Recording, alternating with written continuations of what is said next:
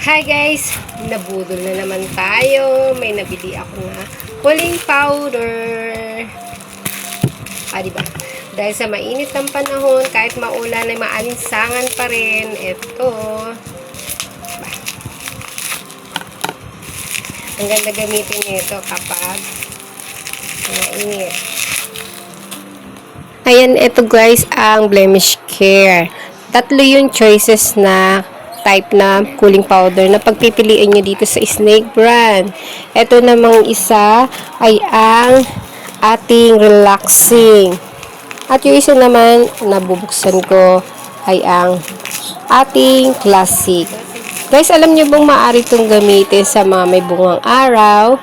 Ayan. At nako, pwede mo rin powder sa buong katawan mo. Pag pawis na pawis ka na, tapos nangangati ka sa pawis mo. Naku, maganda kong gamitin ito. Try nyo po. At naku, ipagpag mo lang po ito sa harapan mo, dala ng hangin. Ang sarap sa pakiramdam. Ayan o. Makikita nyo naman, malaki na siya. Abot kaya na ng halaga ninyo. Talagang masarap po gamitin. Ang sarap ng tulong mo nito. Naglalagay ako sa likod niyan. Naantok na ako. Sarap ng pakiramdam. Ayan, buksan din natin tong isa.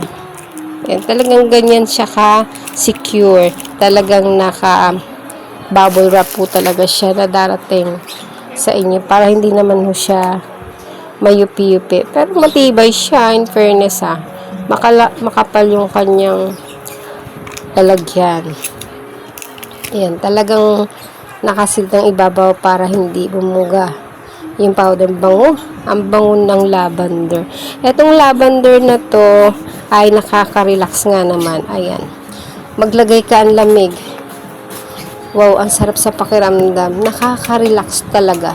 Ayan o, pag mo sa harapan mo, feel na feel mo talaga yung lamig niya sa pakiramdam.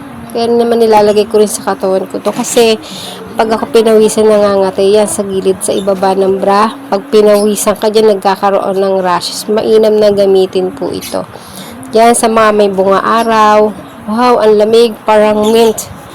Ganun ang magiging effect sa inyo. Kaya lalo na sa may mga bunga araw dyan. Nako, talagang subok na subok to. Ang dami-dami kaya mga gumagamit din neto. Sa mga nakakaalam, kaya naman po kayo sa mga hindi pa nakatry, try nyo na. Kaya naman mapapatunayan sa inyong legit po ito. Ako sa inyo, nako, bili na po kayo. Pili po kayo sa tatlong to kung ano. At may mga sizes po yan. Kung ito yung pinaka-smallest size. Diba? Ang sarap sa pakiramdam. Ramdam na ramdam